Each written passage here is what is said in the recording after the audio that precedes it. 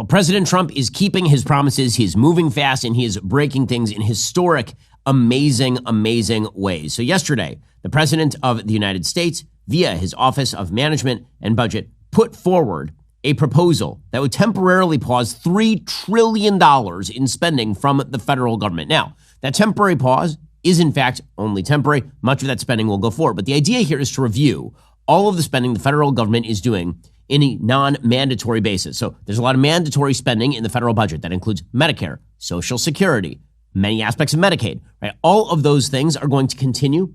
So are various payments to law enforcement bodies, to defense. All that stuff is going to continue. What this is meant to do is allow a pause for the various branches of the federal government, which are under the control of President Trump, to actually look at the spending and ensure that they are spending in accordance with the president's wishes and with the wishes of Congress. So there's a big freak out that's happening today. We'll go through it. By the left, by the media, claiming that President Trump is doing something deeply unconstitutional, fascistic. Here's the thing.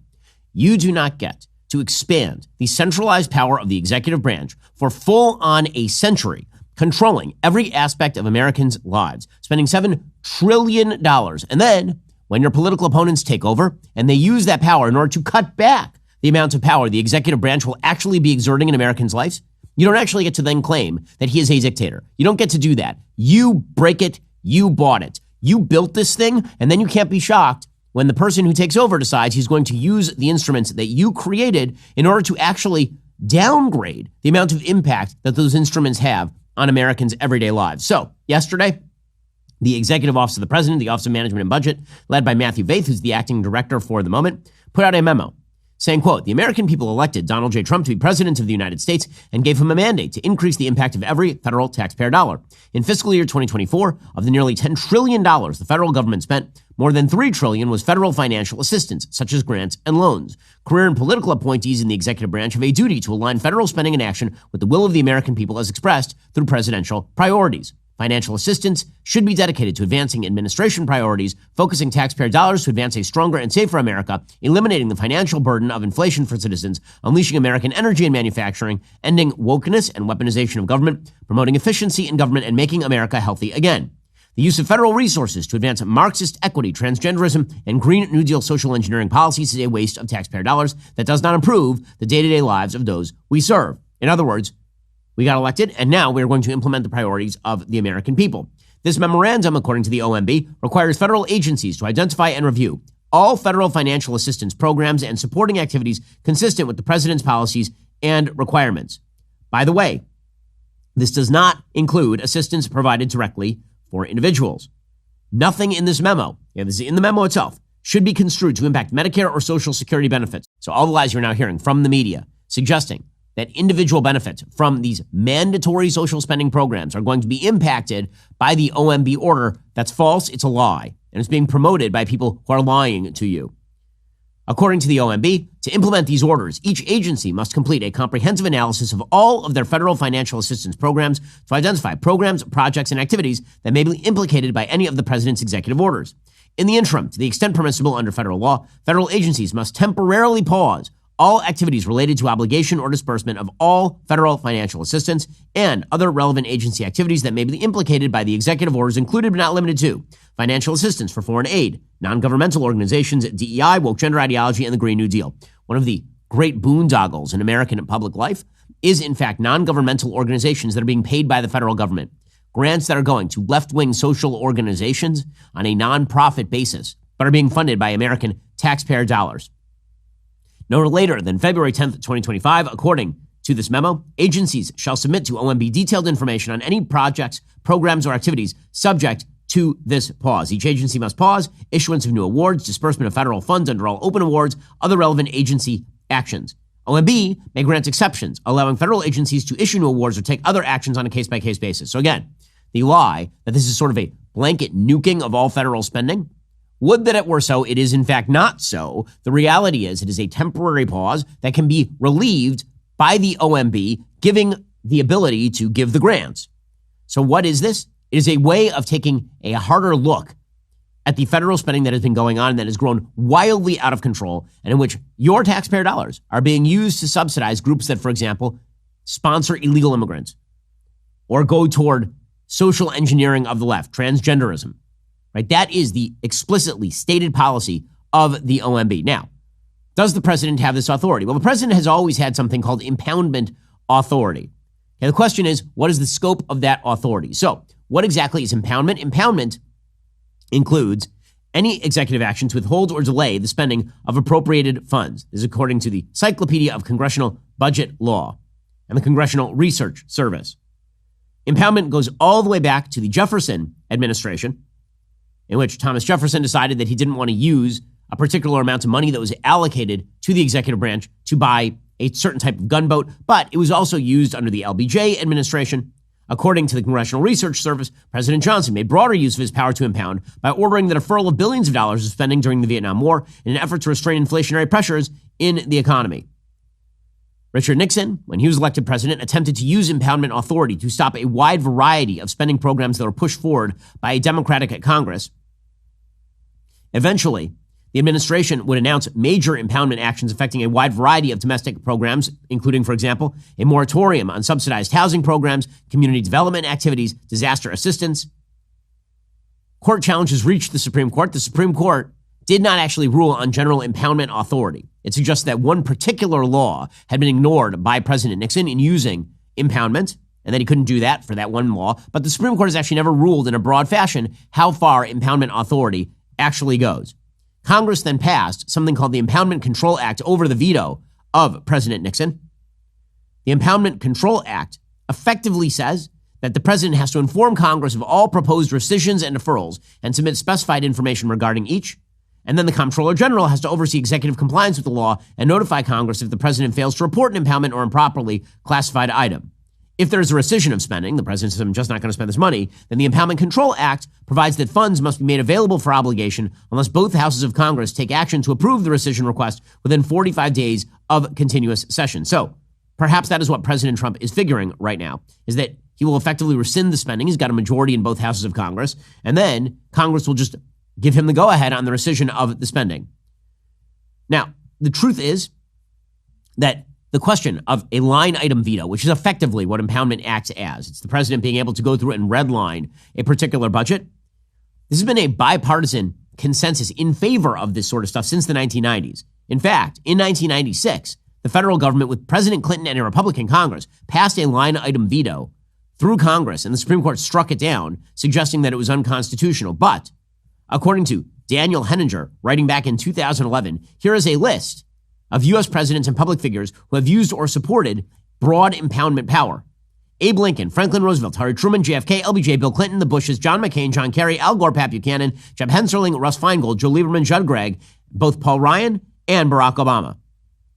So why exactly did this happen? Well, number one, after Watergate, again, Congress kicked back against Richard Nixon using impoundment authority. That's number one. And number two, it's unclear who exactly should be in control of this authority. Should it be Congress or should it be the president? Presumably, President Trump is going to push this, and then we will see how the Supreme Court rules on impoundment authority. And the idea that, by the way, all of this spending is a good idea is obviously asinine. Yesterday, Karoline Leavitt, who, as we will see, is an absolute star. She is the new White House press secretary. She, of course, was a representative for the Trump campaign as well. She's 27 years old, and she is terrific. The upgrade from Karine Jean-Pierre to Karoline Leavitt is extraordinary. In any case, Karoline Leavitt, yesterday, she held her first press conference at the White House, and she said, listen, turns out there's a lot of money that we can cut, including, for example, $50 million that was slated to go to the Gaza Strip to pay for condoms. DOJ and OMB have actually found that there was $37 million that was about to go out the door to the World Health Organization, which is an organization, as you all know, that President Trump, with the swipe of his pen in that executive order, is no longer wants the United States to be a part of. So that wouldn't be in line with the president's agenda.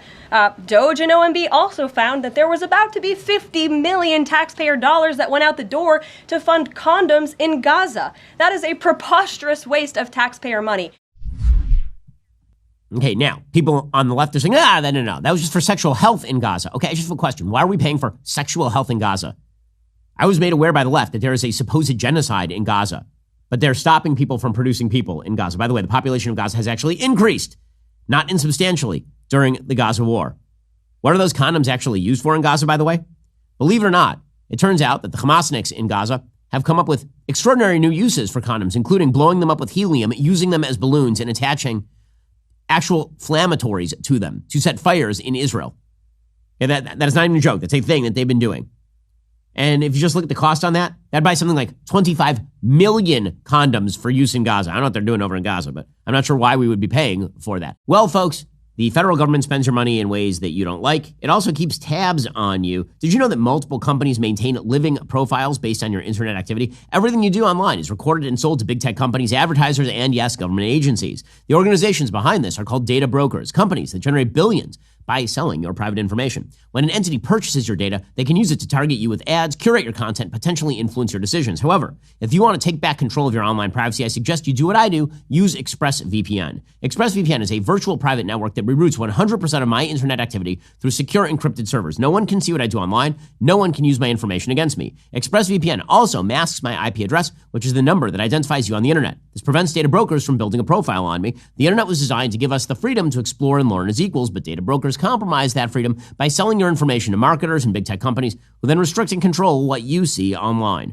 With just one subscription, you can protect your entire family. It only takes one tap to connect. Even your kids can figure it out. ExpressVPN works on all your devices, phones, tablets, TVs, desktops. You can have ExpressVPN on up to 8 devices all at once. Right now, you can get an extra 4 months for free when you use my special link. Go to expressvpn.com/Ben. Get 4 extra months of ExpressVPN. That's expressvpn.com/Ben. Also, this country was founded on freedom from a country that forced us to buy their overpriced tea. And then they tried blockading us, and we dumped their tea into the ocean. How'd that work out for you, Great Britain? Well, it's time to throw your overpriced big wireless contract overboard as well. You don't need to pay $100 a month just to get a free phone. Pure Talk, my cell phone company, says no to inflated prices. With a qualifying plan of just $45 a month, you can choose an iPhone 14 or a Samsung Galaxy for $0. And yes, this is for premium service. Unlimited talk, text, 25 gigs of data, and mobile hotspot at a fraction of the price of the big guys. All on America's most dependable 5G network. Get your iPhone 14 or Samsung Galaxy for $0 by visiting puretalk.com/Shapiro today. Switching is easy. Again, that's puretalk.com/Shapiro to claim your new iPhone or Galaxy with qualifying purchase. From Pure Talk, America's wireless company, I've been using Pure Talk myself for years. Their coverage is excellent. If I trust them with my coverage, why wouldn't you? Because my phone calls are really important to me. I think they'll be important to you as well. Check them out, puretalk.com/Shapiro today for the special deal. Now, one of the things that the Trump administration is running into, and this is clear, every time they make an action, an executive order goes down, there is what we call malicious compliance. I talked a little bit about this yesterday. Malicious compliance is where you, opposing the president's agenda, pick a bad example of where the president's agenda should not apply, and you apply it there. So, for example, in the Department of Defense, if there is an executive action that goes out banning DEI in the Department of Defense, some low-level staffer will quote-unquote maliciously comply by saying that now nobody can teach about the Tuskegee Airmen.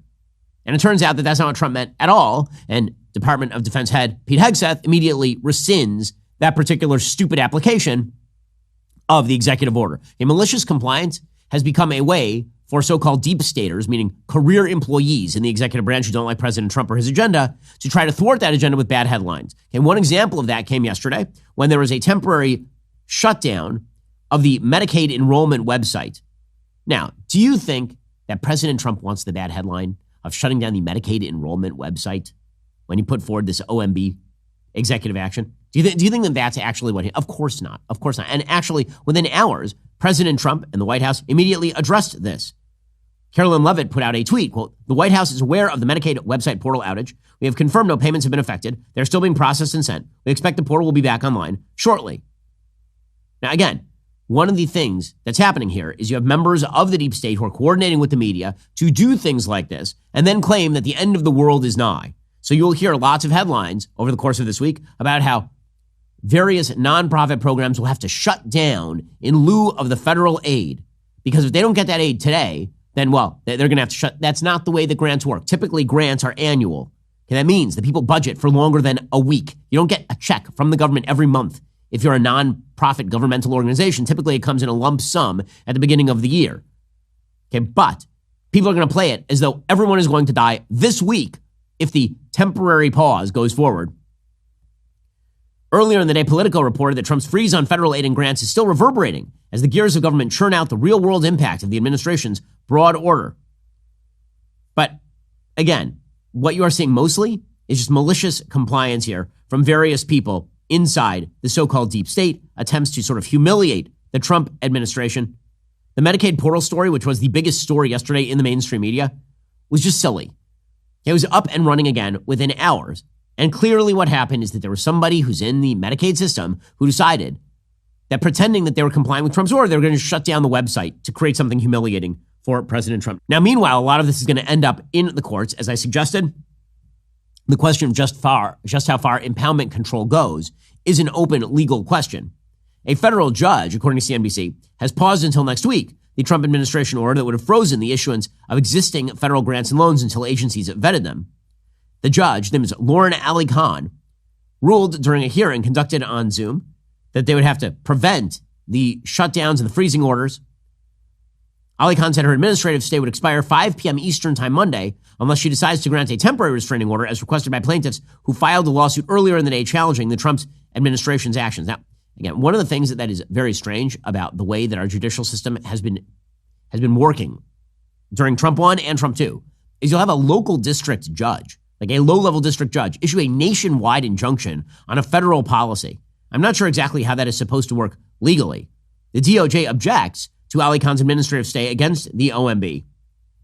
Ali Khan's stay only affects the disbursement of government funds that have already been authorized, not money that was being sought. In any case, this will end up at the Supreme Court level, and that will determine, presumably, exactly how far impoundments can go. Chuck Schumer, meanwhile, is out there shouting about how supposedly lawless this is, saying it's a constitutional crisis. So let's just get this straight. When it's Joe Biden unilaterally declaring that he can relieve billions of dollars in student loan debt, which, by the way, is not allocated by Congress, then the Democratic Party is totally fine with it. When President Trump says, I'm not going to spend the money that you sent here until it actually complies with the will of the American people, apparently that's a constitutional threat to the order, says Chuck Schumer, this disastrous Senate minority leader. The Trump administration is robbing Peter to pay the billionaires. American families make no mistake about it. The money being taken from them will be spent, but not on them. Instead of going to support for your community, it's going to the ultra-wealthy and the mega corporations. This is cruelty. This is lawlessness. This is a heist done on a national scale. No matter how much he may believe he does, the president does not have the authority to ignore the law, and we're going to fight this in every way that we can. By the way, I love the Democrats' definition of a heist. So according to Democrats, a heist is not when you steal American taxpayer dollars to pay the bills of the gender studies major at Wellesley. That's not a heist. What is a heist is when the president of the United States refuses to spend taxpayer dollars on nonsense. That is somehow stealing from you, the taxpayer. So spending your money on crap, that's not stealing from you. Not spending your money on crap, that's stealing from you, according to Chuck Schumer. Senate Majority Leader John Thune told reporters, quote, I think this is a normal practice at the beginning of the administration until they have an opportunity to review how the money is being spent.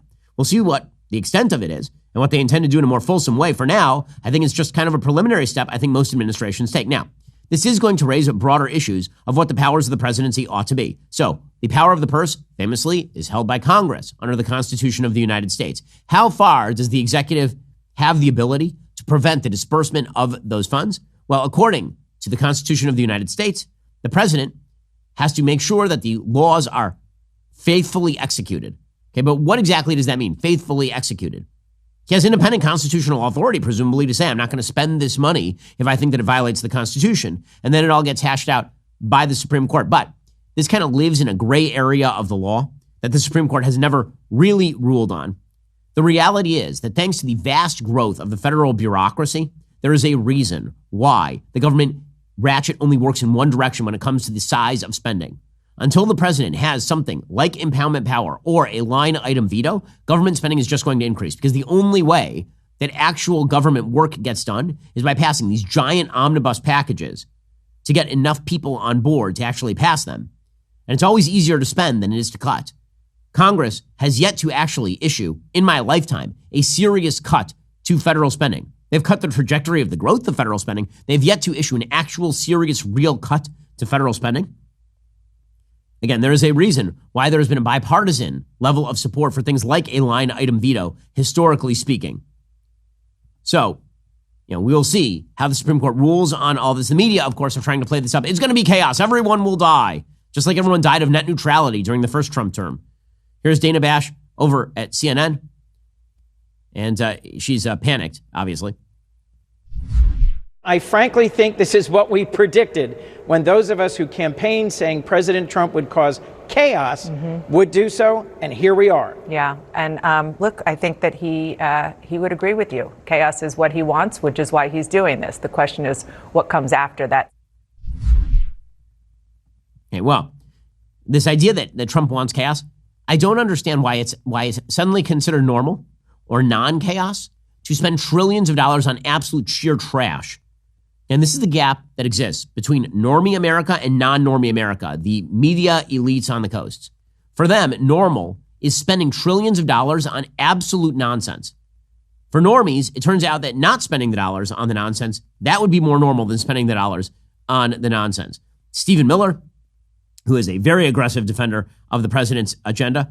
And let me just say at this point, I have never seen an administration that has more able defenders of its agenda than the Trump administration. It really is an amazing thing. Well, the new Trump administration is giving the media some restless nights, but here's the thing. Restless nights don't have to be a part of your life. Tossing, turning, waking up with a sore back. I used to think that's how sleep worked, and then I discovered Helix Sleep. Let me tell you, it's a game changer. What makes Helix different? They don't just sell you a random mattress. They actually match you with the perfect one for your body and sleep style. Whether you're a side sleeper, back sleeper, or somewhere in between, they've got you covered. And trust me, when you find the right match, you'll wonder how you ever slept on anything else. Okay, it means, because the Helix Sleep mattress works for me, not waking up my wife in the middle of the night by tossing and turning. Regulates the temperature. It means I don't get too hot at night. If it's too soft, the mattress, I tend to get back pain. Well, since Helix was made for me, I don't get that anymore. Right now is actually the perfect time to upgrade your sleep because Helix is offering an incredible deal. Head on over to helixsleep.com/Ben. Get 20% off site-wide plus 2 free dream pillows with any mattress purchase. That's helixsleep.com/Ben for 20% off site-wide plus 2 free dream pillows with any mattress purchase. helixsleep.com/Ben. I've been reliant on them for my sleep quality for years at this point. Go try them out yourself. helixsleep.com/Ben. Get 20% off site-wide plus 2 free dream pillows with any mattress purchase. Also, as we welcome a brand new year, it's time to focus on what matters the most. Meat.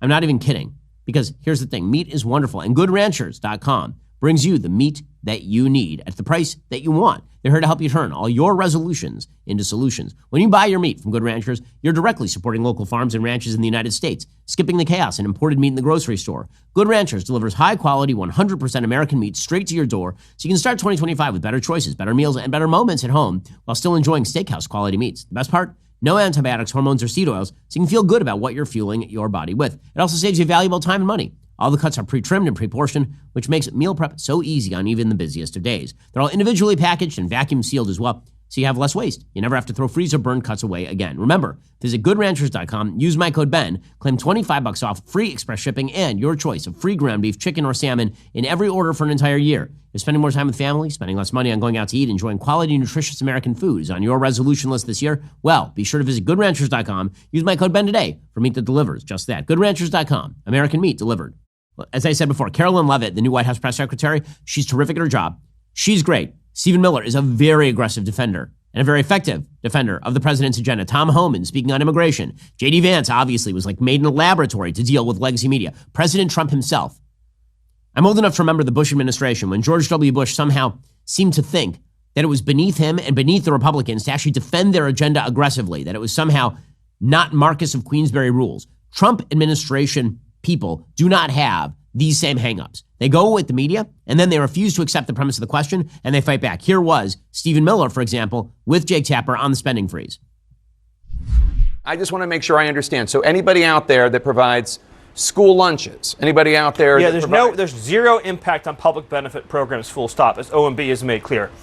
And I want to really drill down on this, Jake, because it's so important. Mm-hmm. There's 2 million employees in the federal government. Overwhelmingly, the career federal service in this country is far left wing.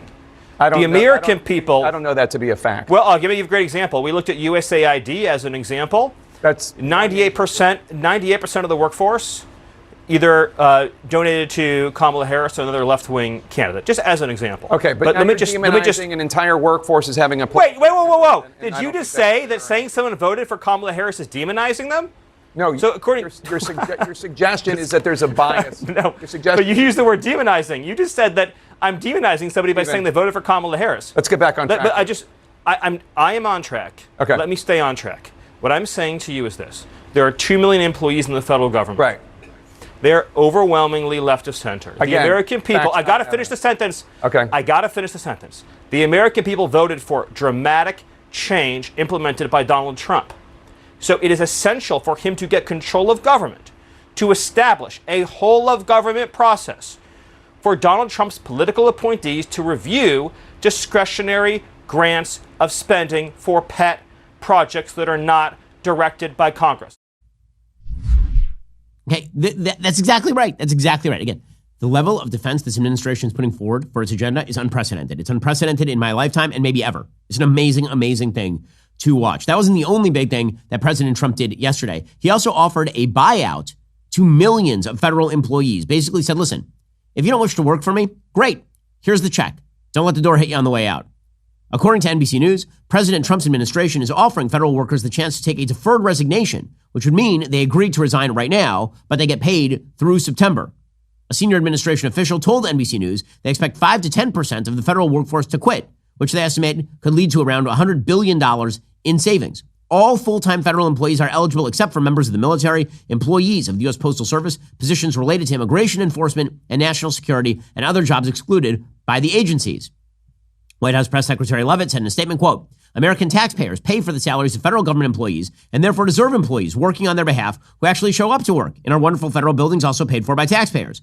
If they don't want to work in the office and contribute to making America great again, they're free to choose a different line of work. The Trump administration will provide a very generous payout of 8 months.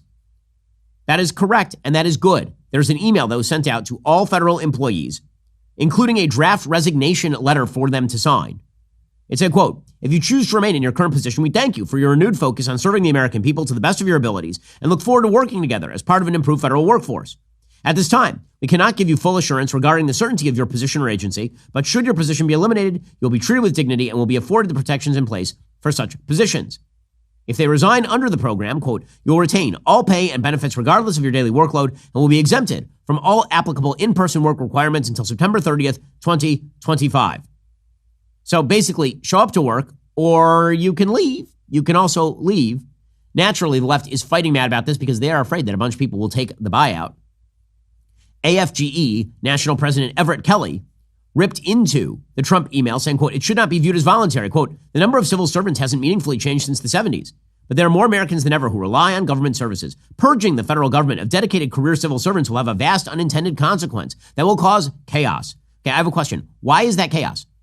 Seriously, if you don't want it, get out. If you don't want to be involved in a performance culture, a return to the office, enhanced standards of conduct, that's what the Trump administration is calling for, then here is your payout and you can get out.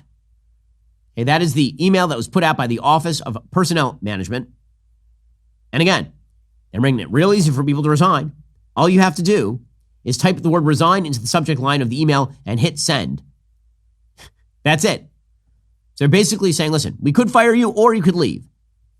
Okay, but if you're going to come into work, you come to work for the administration, which is, of course, the way to do this. President Trump is also moving to fire Democratic members of 2 independent federal commissions, which is good. The EEOC, the Equal Employment Opportunity Commission, which is a left-wing dominated organization established in the 1960s and 70s. Jocelyn Samuels and Charlotte Burrows, formerly the chair, have been dismissed. He also fired the head of the National Labor Relations Board, the worst government board in America. I know the NLRB. We comply, I have to say this, by law. We comply with all legal standards when it comes to labor. Also, the NLRB is trash and the National Labor Relations Act is garbage.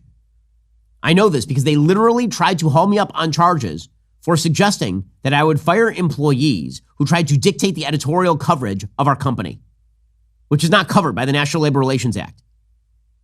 I was joking about it, by the way, and they still sent us an investigative letter. That's what the NLRB is. So Trump has now fired the chair of the National Labor Relations Board, Gwyn Wilcox. I would hope that the NLRB is completely disestablished. Trump also removed the EEOC's general counsel, Carly Gilbride, who oversaw civil actions against employers on a range of issues, including discrimination claims from LGBTQ plus minus divided by sign and pregnant workers. He also terminated Jennifer Abruzzo, the NLRB's general counsel. Good.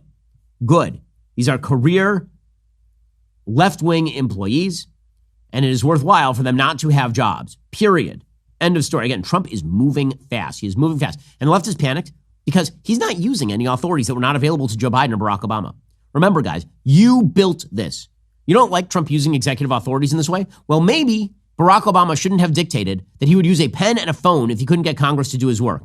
Maybe Joe Biden shouldn't have tried to use OSHA to cram down vaccine mandates on 80 million Americans, something we had to sue him at Daily Wire to stop. Maybe Joe Biden shouldn't have tried to end around the Supreme Court by relieving student loan debt to the tune of hundreds of billions of dollars. You guys built this entire system. It used to be that the federal government was small and had significant checks and balances between Congress, the legislative branch, and the presidency and the Supreme Court. You guys obliterated those. And now you're real sad because it turns out that President Trump is going to use the levers of power that you put in place in order to crank back the level of government spending, in order to crank back the level of government regulation and control. You break it. You bought it. Tough badoogies, folks.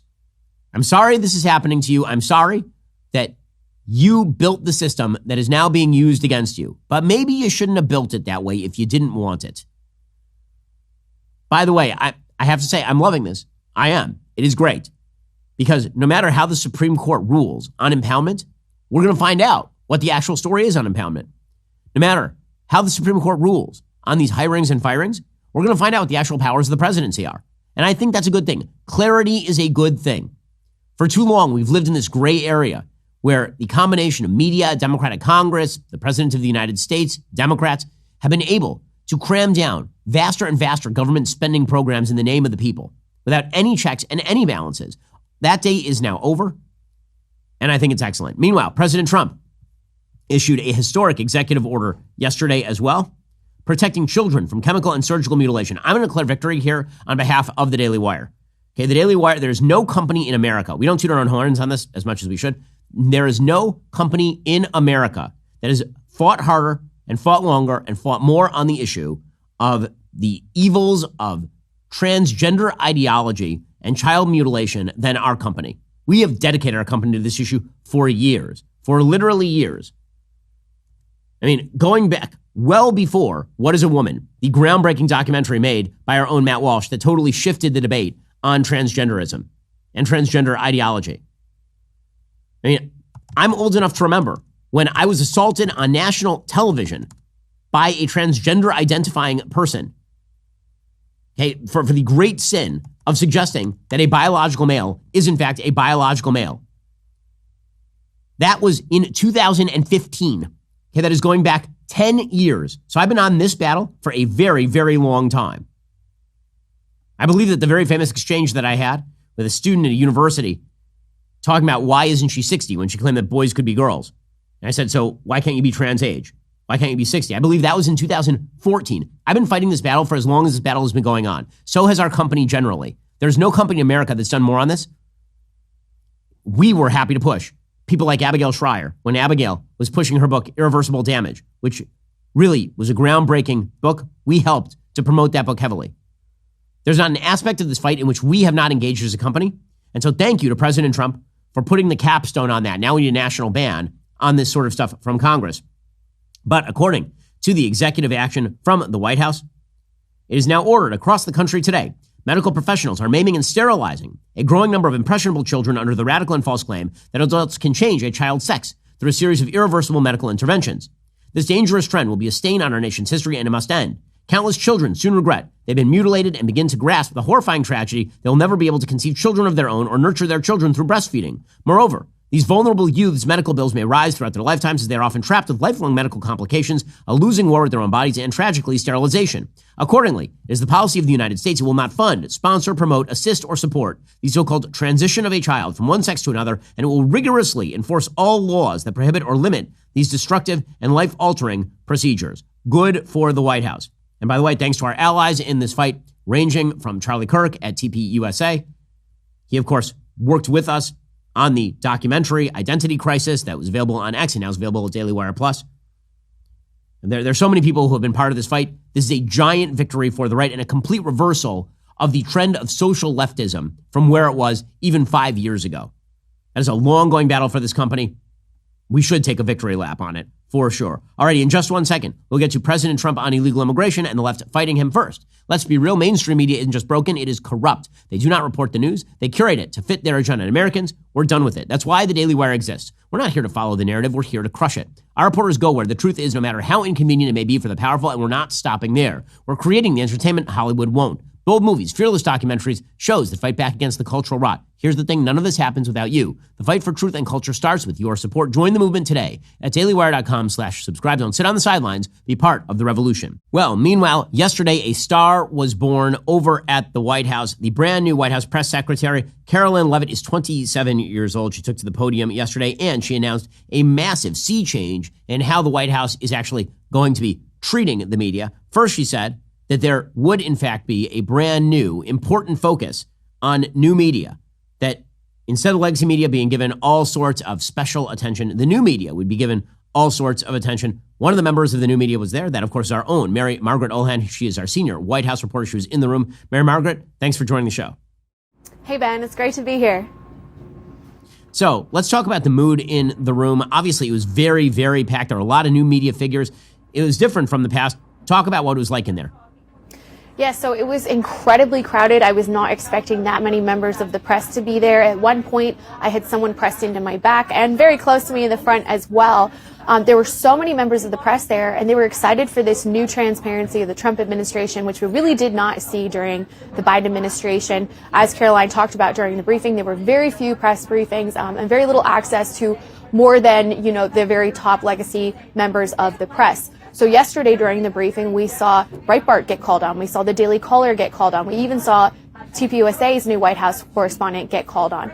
And Karoline talked about how there's going to be an effort to include members of the new media in the briefings, including giving them a seat on the side. So there's going to be a rotating seat that we hope to have access to as a member of the new media, and we'll be able to participate in the briefings in a much more legit way than new media has been able to in the past, because as you know, Ben, this is typically given to members of the legacy press. Often the people in the front rows are the only ones that get questions.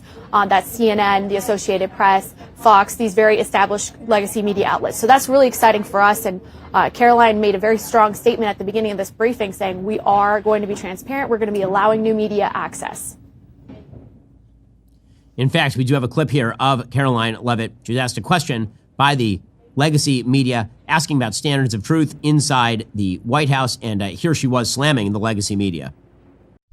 Since you brought up TruthSeek, I would like to point out, while I vowed to provide the truth from this podium, we ask that all of you in this room hold yourselves to that same standard. We know for a fact there have been lies that have been pushed by many legacy media outlets in this country about this president, about his family, and we will not accept that. We will call you out when we feel that your reporting is wrong or there is misinformation about this White House. So yes, I will hold myself to the truth, and I expect everyone in this room to do the same.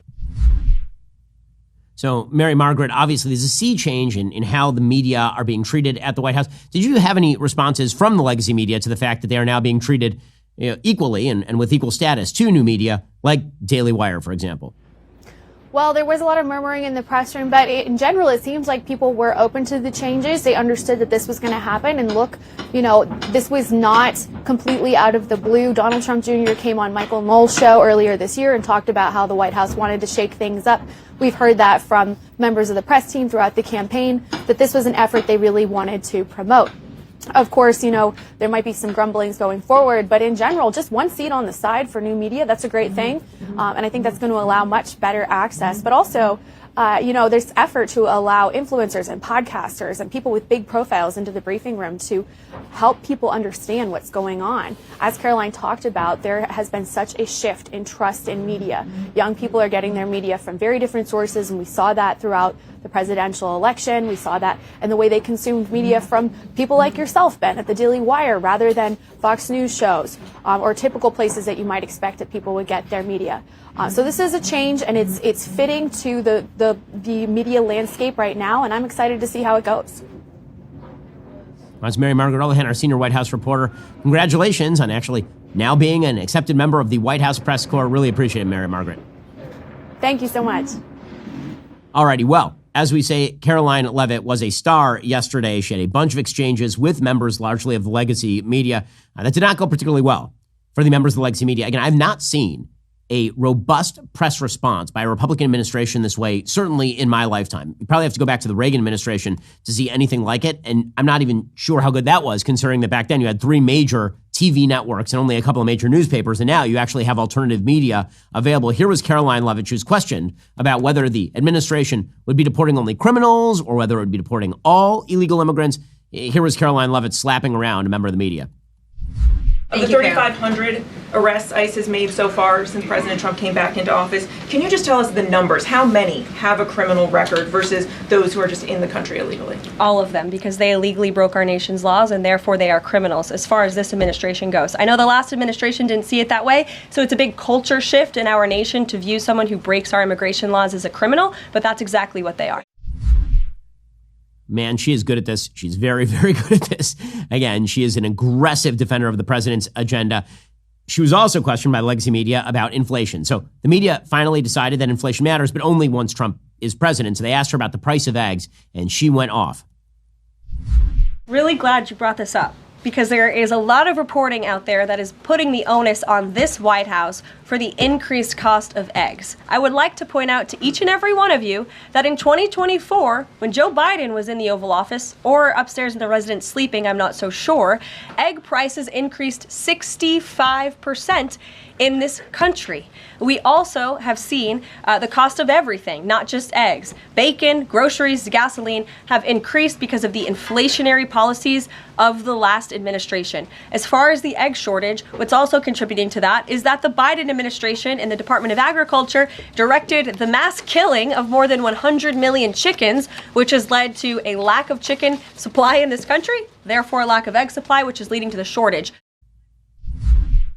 Okay, again, this administration is not being run like prior Republican administrations. Speaking of which, the Trump administration has now ramped up deportations after a fairly slow start. One of the reasons that the deportation numbers have been lower for Trump is because the number of people arriving on the southern border has absolutely cratered under Donald Trump. People are not showing up on the southern border. Many of the supposed deportations that were undertaken by, for example, the Obama administration were actually what we call turnbacks at the border. People who would arrive and the administration would simply say, you can't get in. Nobody's even bothering to show up at the southern border knowing that Donald Trump is immediately going to turn everyone away, that CBP, that ICE are not going to allow people to use the border of the United States as a sort of porous Swiss cheese zone where you can move through at will. But according to the Wall Street Journal, ICE made nearly 1,200 arrests on Sunday and just under 1,000 on Saturday, marking an uptick after arrest numbers in President Trump's first few days were roughly in line with daily averages seen under the Biden administration. The media are predictably upset about all of this. Stephen Miller, again, was on with Jake Tapper on CNN, and Jake Tapper was asking who exactly is going to, pick the fruit and pick the vegetables. And Stephen Miller was like, Jake, the number of illegal immigrants who actually are in the fields picking fruits and veggies is pretty low. So, how does President Trump make sure that the effort to deport people who are not in this country legally doesn't end up hurting Americans who want safe borders, absolutely, but also don't want to see even more higher prices in groceries? Well, I mean, I'm sure it's not your position, Jake, you're just asking the question, that we should supply America's food with exploitative illegal alien labor. I obviously don't think that's what you're implying. Only 1% of alien workers in the entire country work in agriculture. The top destination for illegal aliens are large cities like New York, like Los Angeles, and small industrial towns, of course, all across the heartland, as we've seen with the Biden floods. Mm-hmm. None of those illegal aliens are doing farm work. Those 30,000 illegal aliens that Joe Biden dumped into Springfield. I'm talking about the ones that are. But I'm explaining this. It's important to understand. No, you're kind of changing the subject. I mean, I'm talking about the ones. I will give me 30 minutes. I'll go as deep as you want on this. I'm explaining to you and your audience. I don't have I'm talking about the ones that work in the agriculture industry. I'm explaining you can come back to you and we your can audience. talk about the ones in the cities. I swear. I'll do the whole answer. The illegal aliens that Joe Biden brought into our country are not full stop doing farm work. They are not. The illegal aliens he brought in from Venezuela, from Haiti, from Nicaragua, they are not doing farm work. They are in our cities collecting welfare. Everybody knows that this is true. This is obviously true. And the agricultural conversation has been a misdirect for a very long time. As Stephen Miller points out, we do have temporary farm work that is available for people who cross into the United States legally. That is an actual program under President Trump. But the reality is that for the left, they actually just want unlimited immigration. This is what Sunny Hostin, the idiotic id of the Democratic Party, has to say. She was on The View yesterday saying, actually, you know what? You're not a criminal for crossing the border illegally. I also want to make the point that an undocumented immigrant is not a criminal because he or she is undocumented. That is a civil offense. So to call people illegals is, in and of itself, I think, xenophobic and racist. I do. Applause from the morons in the audience at The View. Actually, it is a criminal offense to cross the United States border illegally. That is a criminal offense, actually. But again, all this is part and parcel of what appears to be a really kind of lackluster pushback from the Democratic Party against President Trump. One of the reasons that they're having such trouble is because they can't actually decide on what the narrative is. Trump wants chaos. Okay, well, we just had chaos for 4 years. It's not chaos to say that we shouldn't spend trillions of dollars on stupid nonsense. Oh my God, I can't believe Trump's saying that people have to come into work. Really? That's going to be your line? Okay, so, they go back to the well every so often. You have Anand Giridharadas, the worst commentator over at MSNBC, suggesting that the Trump agenda is to make America white again, which is weird since he has the most multiracial Republican coalition of my lifetime. As you're seeing in the reporting just now, what they actually do behind the scenes, they trust will not really get out. And it is part of a different agenda they have, which is really to make America white again, which is part of their attack on everything from birthright citizenship to any number of programs, aid, freezing various forms of aid that real people depend on. They have an agenda to make it harder for regular people to live in this country, for immigrants to have to live in worry about whether they have their papers. We are going to become a kind of check your papers society in the blink of an eye. And there's no mandate for that. But that is what folks like Stephen Miller and Steve Bannon and others around the president actually want. They want to change the very fabric of this country, something for which there is not that same mandate.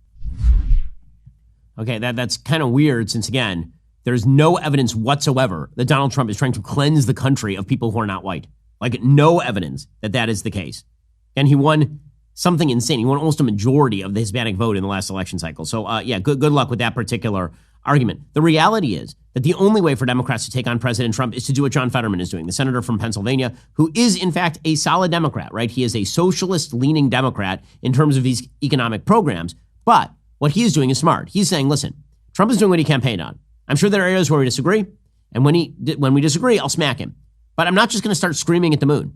Here's John Fetterman yesterday on The View. Do you anticipate that there's going to be changes that we should be prepped for that we're not thinking about? Honestly, I haven't been surprised by anything now. I mean, he's been doing essentially what he actually campaigned on that. He announced he is going to pardon the J6 individuals. He is going to absolutely go after the border. So there's a lot of things that he's already ran on. I mean, criticize a lot of it, and I don't agree with everything either, but it's undeniable he actually ran on that and been really upfront. He's like, I am your reputation, and he's, kind of making those moves. Okay, again, he is being rational about all of this. If Democrats could appear rational, that would certainly help. But it doesn't appear rational when the Senate Democrats decide to filibuster a bill that would have stopped American funding for the corrupt anti-Semitic International Criminal Court. 54 people in the Senate voted in favor of basically putting sanctions on the ICC, which is a deeply corrupt, evil institution that would, in fact, target Americans and American soldiers. There's no reason why the United States should be either subsidizing or not punishing people associated with the ICC. 42 Democrats had supported this in the House, and a couple of Democrats supported it in the Senate. But Chuck Schumer, the supposed shomer of Jews, right? This is what he says. He's the guardian of Jews, Chuck Schumer, who's a disgusting, perverse individual in terms of his politics. The Senate Minority Leader, he said, quote, the bill before us is poorly drafted and deeply problematic. It will have many unintended consequences that undermine its primary goal. Okay, again, the reason that Democrats are voting in favor of the ICC is because they are just beholden to the radical left. Senate Majority Leader John Thune ripped them yesterday over all of this. The other issue, as we all know, on the floor these days is nominations. And as you all know, the Democrats made a big deal and blocked the nomination of John Radcliffe to CIA last week. Ultimately, he ended up getting 74 votes on the floor, and that's going to be the case. I mean, they can block these votes, but these folks, we're going to continue to press on and get them confirmed, and they can do this the hard way or the easy way. If they want to continue to obstruct and delay, we're going to continue to grind and grind and grind, and we'll do that through the weekend if necessary. Okay, by the way, Democrats are in a state of panic. Senator Gary Peters from Michigan, who would be a very vulnerable seat for the Democrats, has decided he is not going to run for re-election in the Senate in Michigan in 2026. So that 2026 Senate map is starting to look kind of not terrible for Republicans. It was supposed to be a bad year for Republicans, 2026. But it turns out that there are a bunch of seats that are up that are really, really narrowly Democrat. That includes, for example, John Ossoff in Georgia. That seat is going to flip. That takes Republicans to 54. You could easily see a world in which Gary Peters' seat flips and suddenly Republicans have 55. In New Hampshire, Jean Shaheen, she is running. New Hampshire is moving toward battleground status. That would take Republicans to 56. Again, the map does not look particularly amazing for Democrats looking forward in the next election cycle. So Gary Peters stepping out is a bad sign for them. Okay, meanwhile, in a moment, we're going to get to Jim Acosta. Have we seen the last of him? He apparently is leaving CNN, and we shed a tear for Jim Acosta. If you're not a member, become a member. Use code Shapiro. Check out for 2 months free on all annual plans. Click that link in the description and join us.